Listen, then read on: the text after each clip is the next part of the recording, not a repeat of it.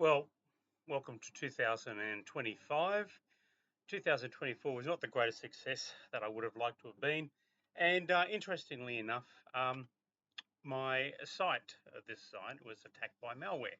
I don't know where that came from. I didn't think I was having that much of an impact for the devil wanting to wipe me out of this particular venture.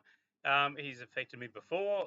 However, I didn't think that it was going to be as much of a platform to warrant a lot of attention. But nevertheless, I had malware to deal with. My site got trashed twice. So it's all been rebuilt. So hopefully we go upward and onward from here.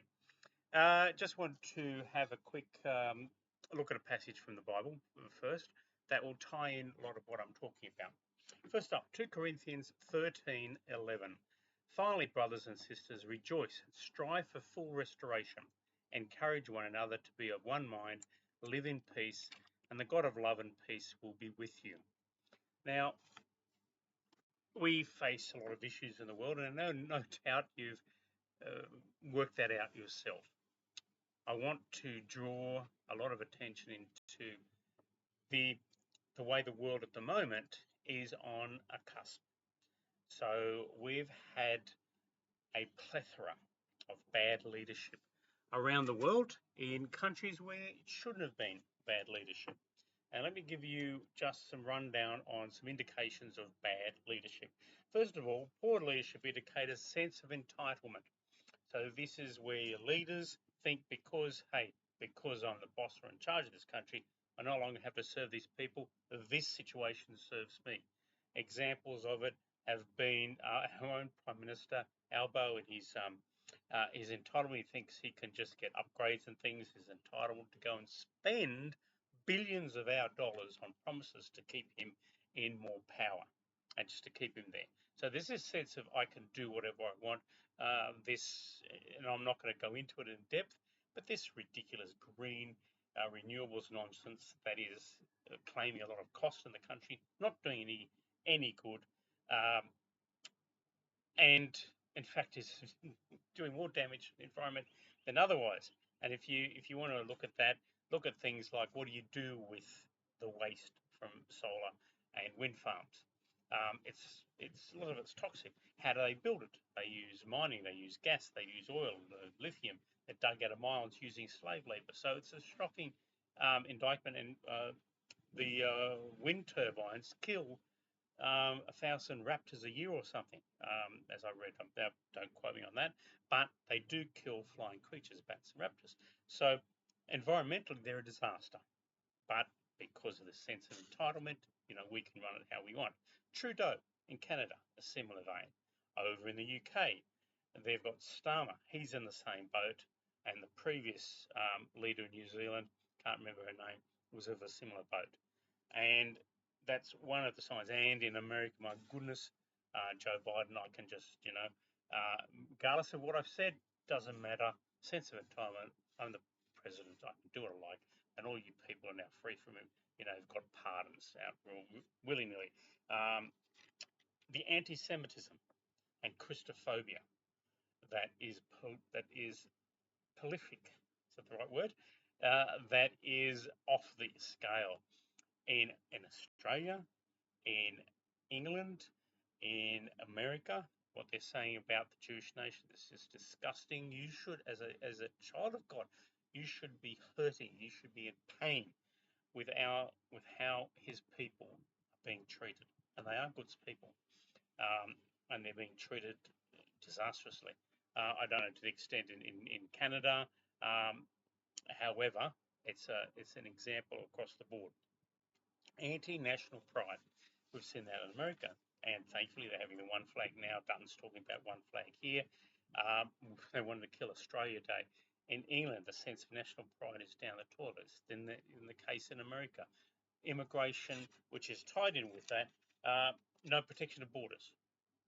Canada, UK, us, America, it's just open borders. Anyone can come in and bring in their hostile beliefs and thoughts.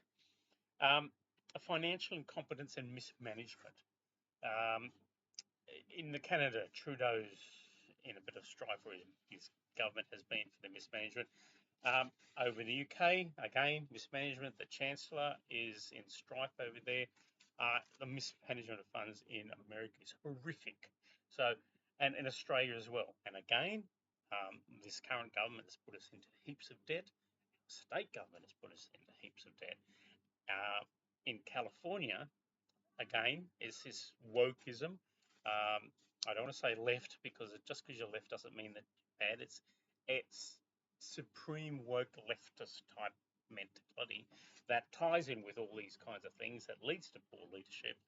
And over in California, they've it's been well documented.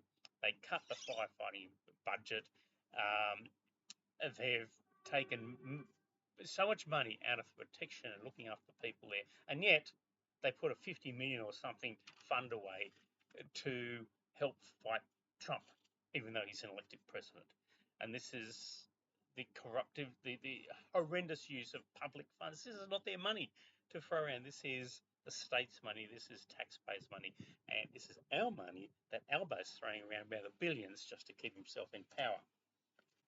Also, the attack totalitarianism, attack on free speech. Which were the two states globally that were the most locked down when COVID came? This idea you can't get out of the house, you're going to be locked down. California and Melbourne. What's in common about the states? Poor quality leadership and all those things that I've mentioned. Now, why am I going into that at the moment? Because it seems to be, unless you had some wealth or platform, i.e., J.K. Rowling in the UK, she's managed to stand up for women's rights, and by women's rights, I mean anti-trans theology, which is very much women's rights and protection of women. She's stood up for that, and she's actually had some people in the Scottish government who have had to stand down or resign because they've just simply lost out in their argument.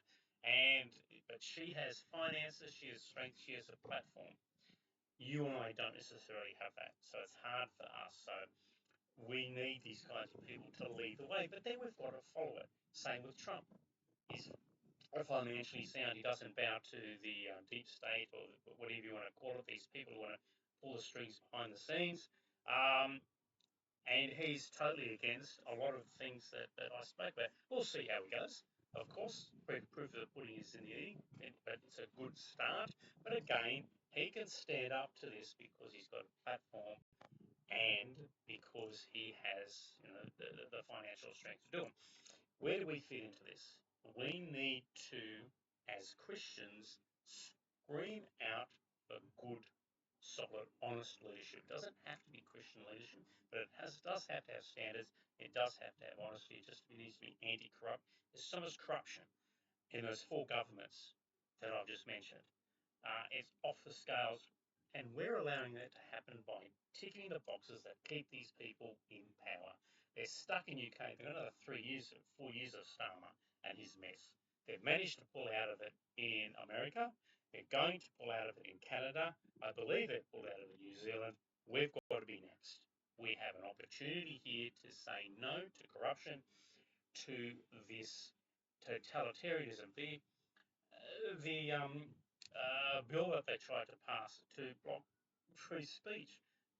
So you basically, this misinformation garbage came out while COVID was around, because it's not misinformation or disinformation. It is if you say something the government doesn't like you saying, you get shut down, you get cancelled, you get cut out. This is the kind of governments that we used to cry out against, like we used to say, oh, the Russian and the North Korean and the Chinese, these horrible governments who don't let their people, their citizens, speak against them or have free speech, and if they oppose them, they put them in jail. What happened in America? Trump opposed him, and they tried to put him in jail. It is an absolute hypocritical schmozzle that these leaders are in, and we need to stand up for it. And we've got an election coming up. We didn't do it in Victoria, and we're paying the price. I can guarantee you, we stay with the government, that we're going to be in deep financial trouble, because what these people, leaders, are doing, they're quite happy to put the government and your people in debt, because that serves the hidden people behind the scenes, and it serves the purpose of them having to keep doing things to attract financial answers or financial solutions to their mess, which is a forever circle, plunges you further into debt. It's been obvious. If you've seen our balance of payments in our books since Labor took over, do they have genuinely two balanced budgets in surplus? I don't know. There's so many things that are not on the books, like investments and other things that they can take. You can cook the books and make it seem like whatever you want to have it look like. It is very imperative that we allow, as I said with first reading, we need to have a structure, we need to have an environment whereby Christians can operate. We can talk about the Word of God. We can help save souls and save lives. Our children can grow up in a Christian environment by having the right people in the right places in leadership. So I'm not talking politics, I'm not talking about particular parties, and we'll in a second, and not in any great detail. I'm talking about leadership, because the party's not necessarily the problem. You've got good people in both parties. The problem with the Labor Party at the moment is you've got horrible leadership right across the board, though South Australia guy seems to be okay, and the New South Wales guy seems to be okay. But some of the others, and especially the federal leadership, our Prime Minister is an absolute shocker and absolute disgrace. And to the role. So, if you are Labor-hearted, you've got the Democratic Labor Party, which I believe goes by another name. Easy enough for you to find that out. There's some good people in there.